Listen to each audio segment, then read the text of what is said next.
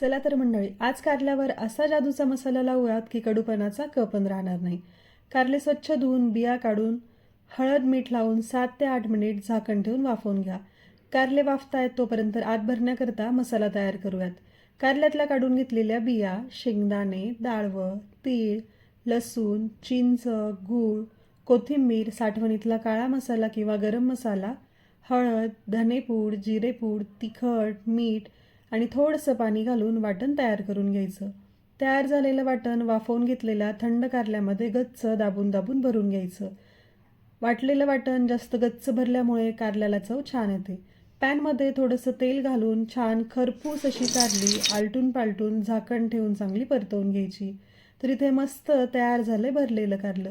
ही recipe तुम्ही कुठून बघतात हे मला कमेंटमध्ये नक्की सांगा आणि व्हिडिओ आवडला असेल लाईक करा आणि पेजला नक्की फॉलो करा. धन्यवाद.